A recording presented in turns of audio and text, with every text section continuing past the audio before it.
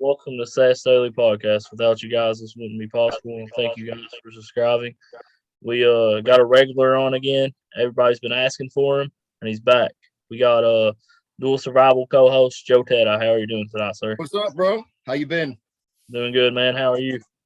Good. You at the beach again? I see you at the background. Oh man, I'm in the cold Kentucky Appalachian Mountains. It's like 25 degrees here in North Carolina, so yeah, it's all good. But it's nice to look at some beach. Absolutely, man. It would be nice to be in Florida right now. Yeah. Speaking of that, man, speaking of the Appalachian Mountains, I know you actually grew up in the Appalachian Mountains in Pennsylvania, and you was an athlete in high school. Well, actually, yeah, I grew up near the Appalachian Mountains, kind of like in the foothills, so to speak. And they actually did a show on dual survival. One of them was specifically about where I grew up and stuff. So, but actually, what's really funny is I was not an athlete in high school. Everybody thinks that I was this athletic guy in school or college or whatever. But the fact of the matter is, man, I was a train wreck. I didn't play any sports at all. And, I was that guy that whenever they had pickup baseball or football games, I was always the guy that was like, and you got Teti. Like I was the last guy.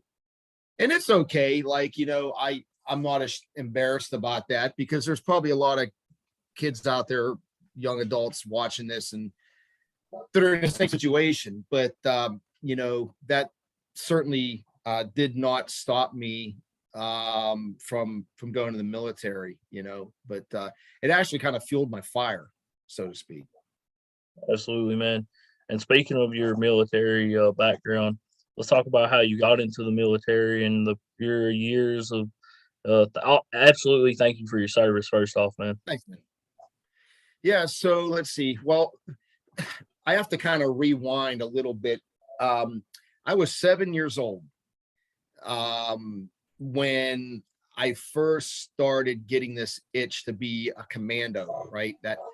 And so I always liked to play in the woods and play army. Like that was like my thing. And even as I got into junior high school and high school, I had my own kit.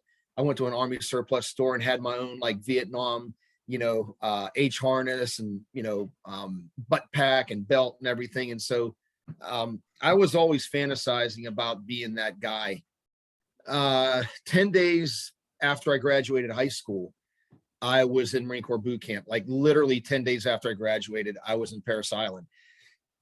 And I remember, this is kind of funny, when I checked into boot camp, I weighed about 99 pounds. Because you get weighed in and they shave your hair and all that stuff. And anyway, I was just a skinny rail, just a mess. But, I actually was so excited to be there. It didn't, all the screaming and yelling and the PT and stuff, just it didn't bother me because I was so like infatuated with being there and being in Marine Corps boot camp. And so anyway, I went to boot camp and I graduated meritorious PFC. So I got meritoriously promoted in boot camp. So you had like the dress blues honor graduate. And then I think, man, so long ago, I think there was 4 or 5 guys underneath them that got meritorious promotion.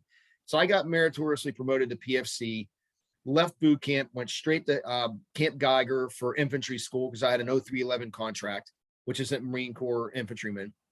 Went to infantry school and I was actually the honor graduate.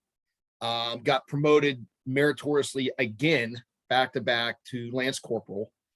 And then while I was in Camp Geiger, a recruiting team came over from 2nd Force Recon, which was the only force reconnaissance company in the Marine Corps at the time. Now there's 1st, 2nd, and 3rd. There was only one 2nd Force. There was 1st Recon Battalion, 2nd Recon Battalion, and 3rd Recon Battalion, but there was only one 2nd Force, and that was in French Creek in Lejeune. So anyway, these guys showed up and asked, who wanted to try out.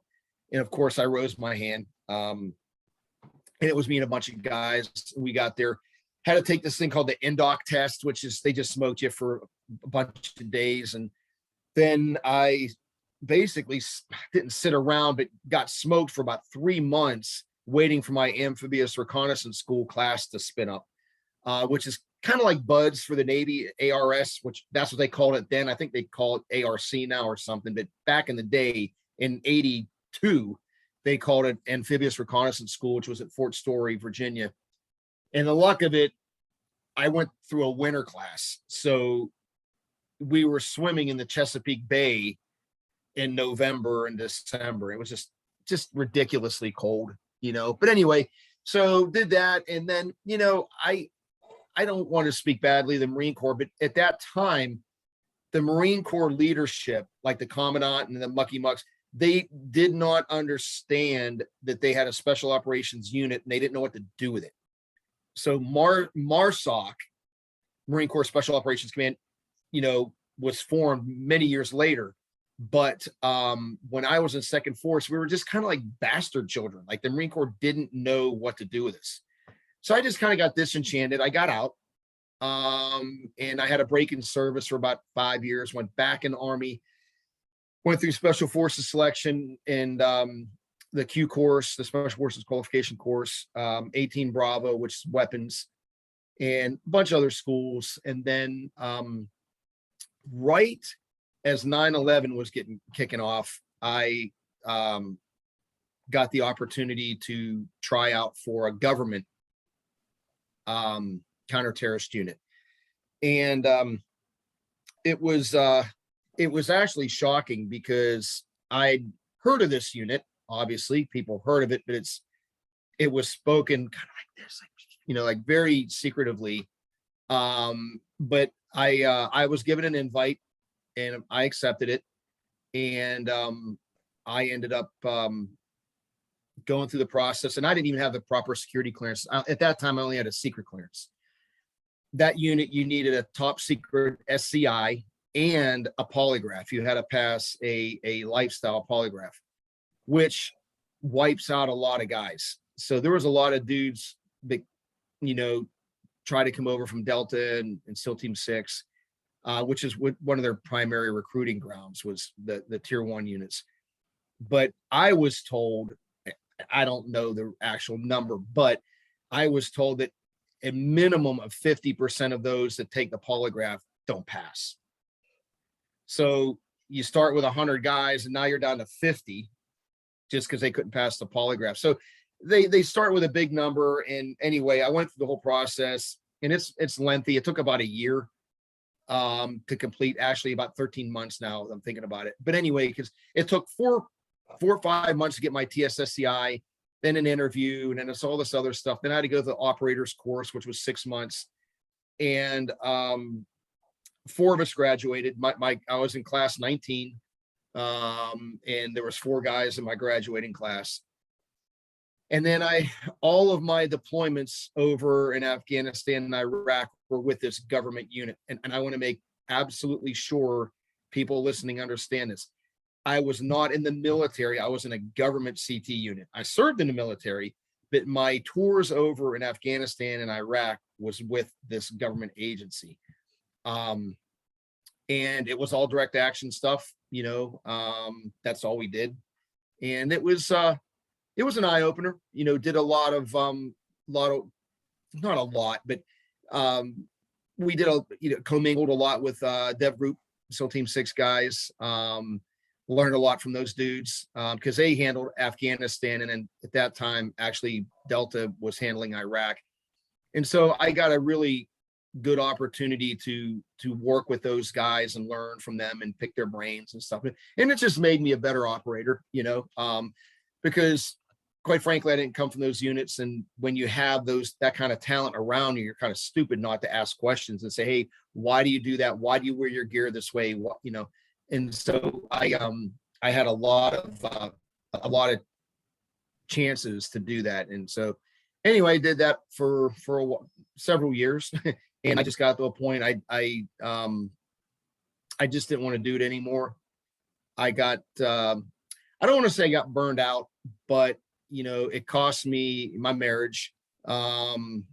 And it's a tough business to be in, being married, because you're gone. I was gone 10 months out of the year, was making a lot of money, but what's the use of making a lot of money if you're not home, right?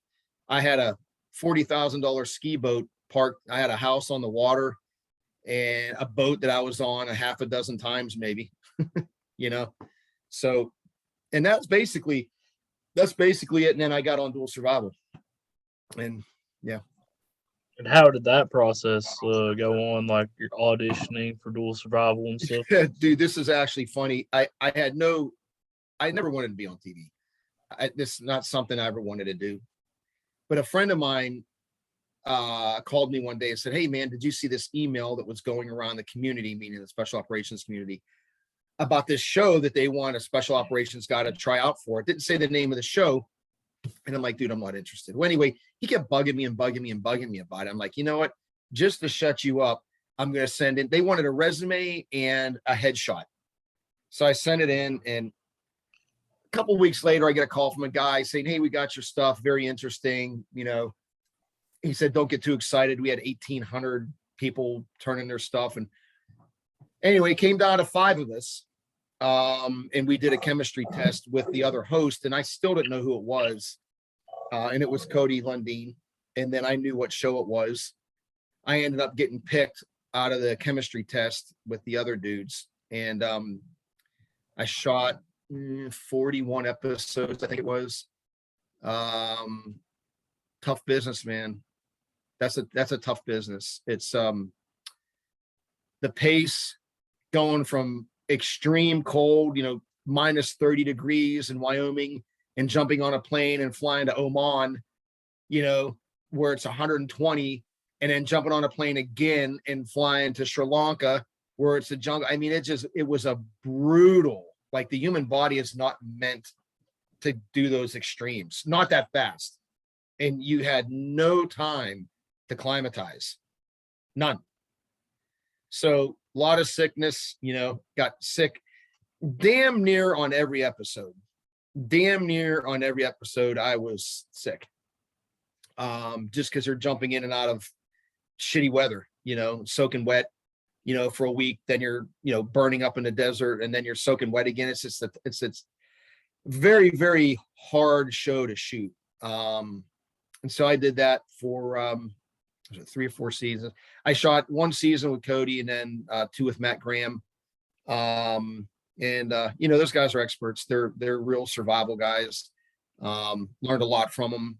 Because when I got on the show, to be honest with you, dude, I knew basic stuff that like a spec ops guy would know. I mean, basic, but from 1 to 10, it's down to 3 or 4 area. And then when I was done with the show, I was at maybe a 7 or 8.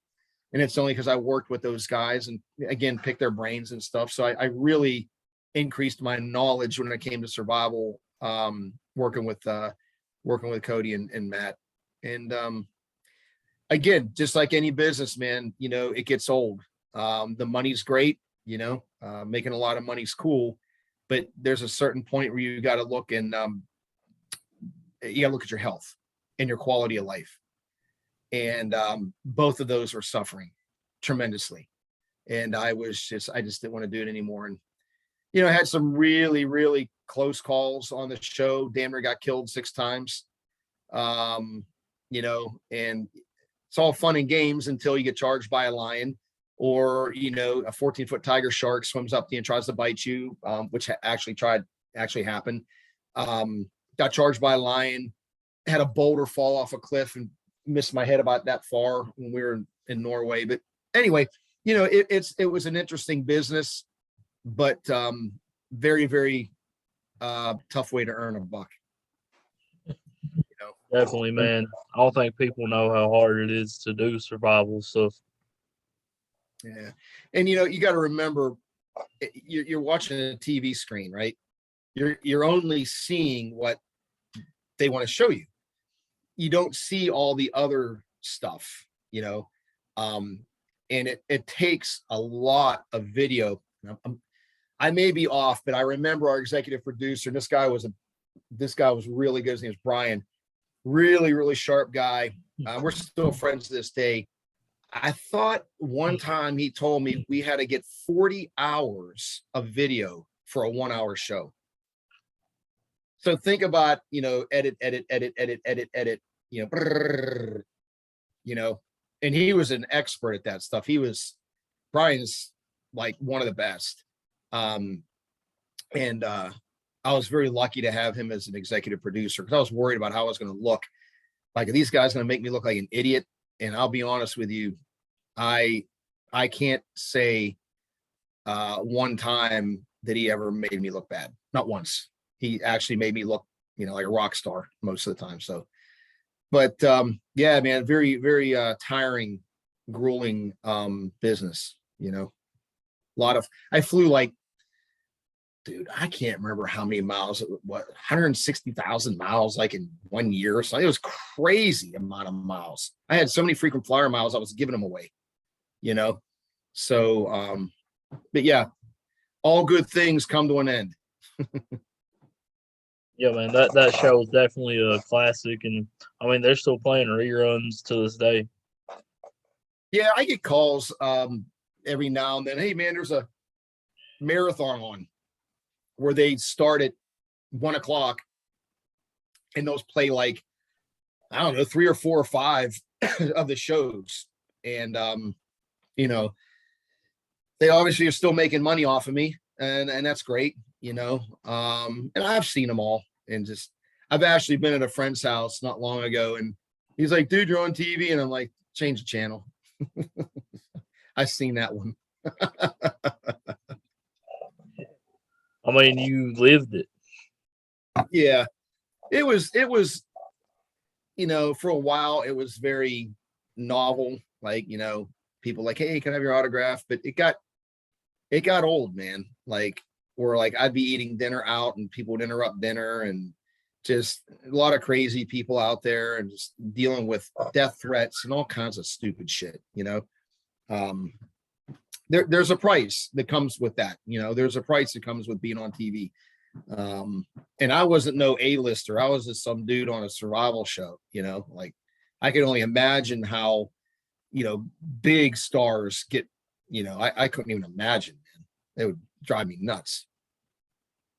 Yeah, I mean, Friday I got Mike Goldberg on from the UFC, who was commentator with Joe Rogan and stuff, and he did an interview with my buddy Chasing the Graph, and he told a bunch of stories. He never turned down an autograph and stuff, but could you imagine being him at a UFC event and 20,000 plus fans?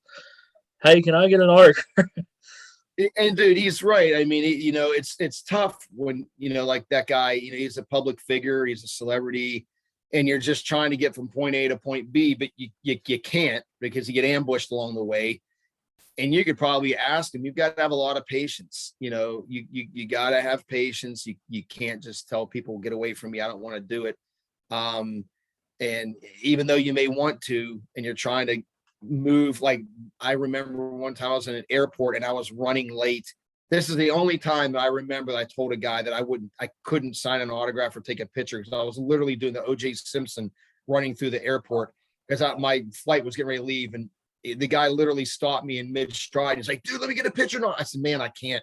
I'm missing my flight, but that's part of the business. You have to be available for your fans, and sometimes it gets old. I ain't gonna lie to you. Yeah, I mean, people should respect other people when they're eating out and stuff. Like, don't bother somebody while they're eating, man. Let them enjoy their food and stuff. I mean, celebrities are humans happened a too. lot.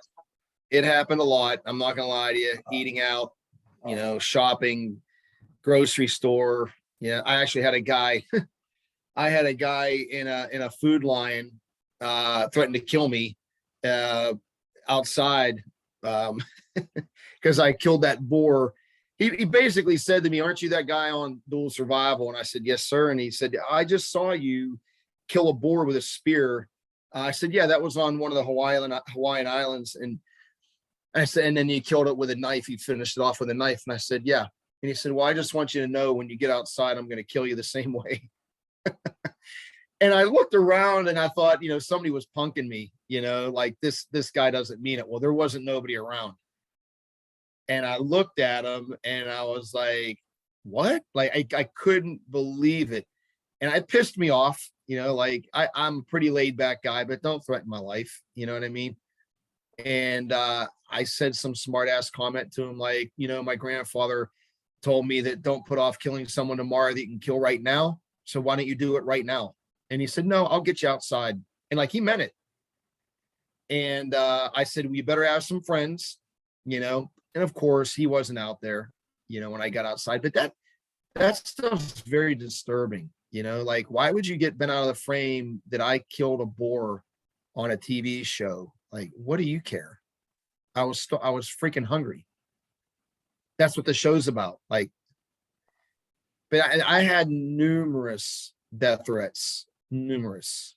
Yeah, very weird, very weird. Had a guy threaten to kill me at I was at a Cabela's signing autographs. They had opened up this brand new Cabela's. I can't even remember where it was, man. But anyway, I was sitting there on a stool, and he just walked up to me. He actually had a smile on his face. And he said, so Joe Teti from Dual Survival. He says, yeah. He goes, I've watched you on TV kill a bunch of animals with your bare hands. I'm like, it was on every episode, but a couple times. And he goes, I'm going to get a hold of you for sure and do what you've done to these. It's weird, these animal freaks. Like, there's nothing wrong with loving animals, but like, it was all about the animals, killing the animals. And it was just weird, man. Like, I just never connected with that shit. Like, you know what? You got a lot of cojones to come up to me and say you're going to kill me because I killed some boar or some deer in New Zealand. I mean, but that's the kind of crap you got to deal with, man. There's some batshit crazy people out there.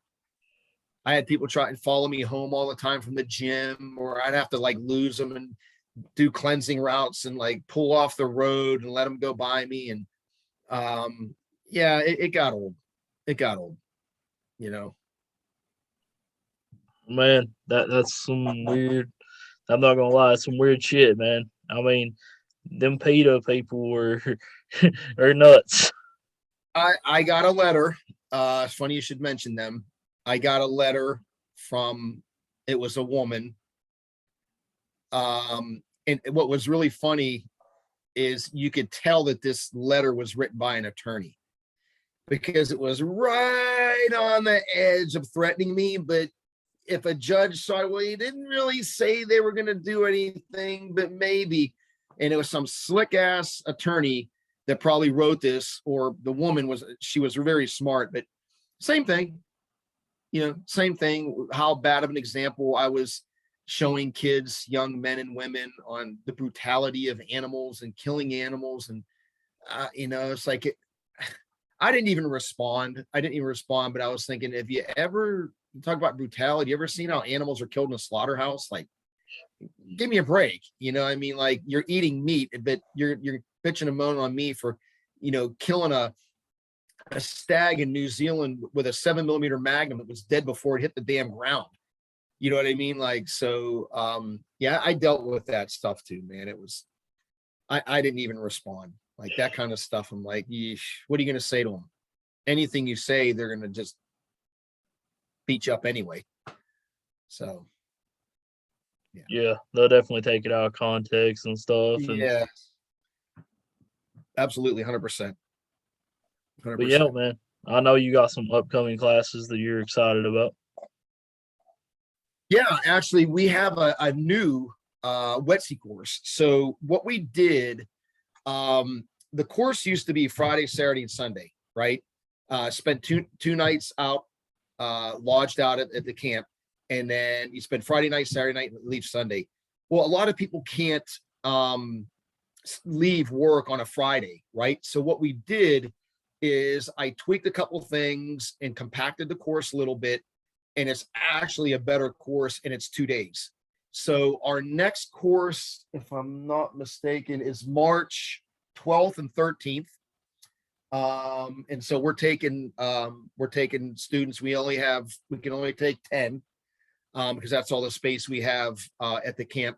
But you can go to Spartan Americana or to joeteti.com, and you can sign up on there. But Like anything, man, you tweak it, you make it better. You tweak it, you make it better. And that's what's happened with this course. Cause a lot of people are like, damn, dude, I would love to go, but I have to work Friday, and I can't get the day off. So I'm thinking, man, how do I make this course 2 days where people can go? Now I will tell you the days are even longer. These are long days, man. If anybody's listening that wants to go, you ain't training for 8 hours. You're training 14, 16 hours. Like, you're getting long days. You're getting a lot of information, a lot of training. You're getting more information and training in 2 days. You would probably go for a 4 or 5 day course. So, I just got done rewriting the POI, and tweaking the courses and shaving a little bit here, add a little bit here, shave, to kind of balance it out. And it's badass, dude. And it's great now. So now you basically show up Saturday morning. We train all day, all night, go to bed Saturday night, wake up, train all day Sunday, and you go home Sunday night. How many classes? Not many classes. How many spaces are left for the classes? We are just starting. I think Carrie started advertising it yesterday. So we've got 2 people right now. So there's 8 slots available. And it's in North Carolina. It's about an hour outside of Charlotte at a Boy Scout camp that I rent the whole place out. It's 1,000 acres. It's absolutely beautiful. So it's a closed course. I rent the whole facility. There's security guards there. You can't even get in. So once I rent the place out, I've got the whole place to myself. It's amazing. It's and it's great, dude, because it's not very far for me to get there. I get there the day before, set up, do some rehearsals, make sure I've got all my ducks in a row, set up the classroom, set up the lodging, and we go. And there's if you could see the view from that camp, dude, it sits kind of like on a lake. Dude, it's badass, man. It is so pretty out there, man. I mean, eagles flying around. It's really pretty.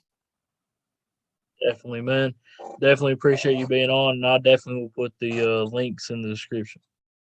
Yeah, and I also, of course, I've got my T1 Nutrition, performance nutrition company that we came out with our products last year, late last year, and again, it's for active adults.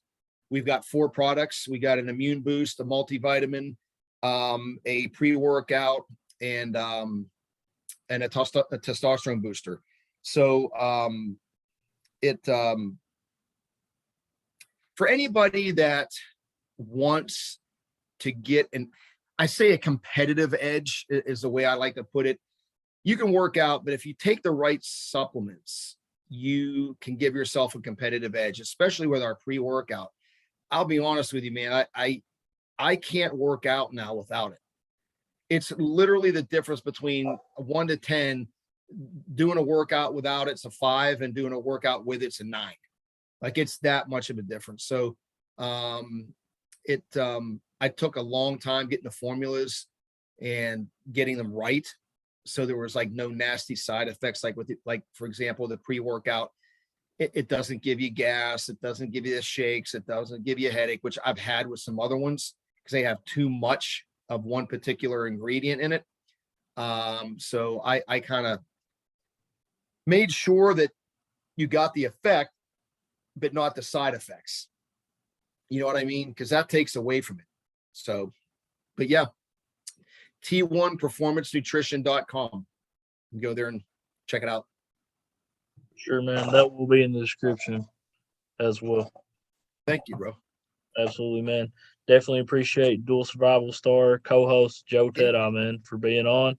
And y'all have a good night, and God bless.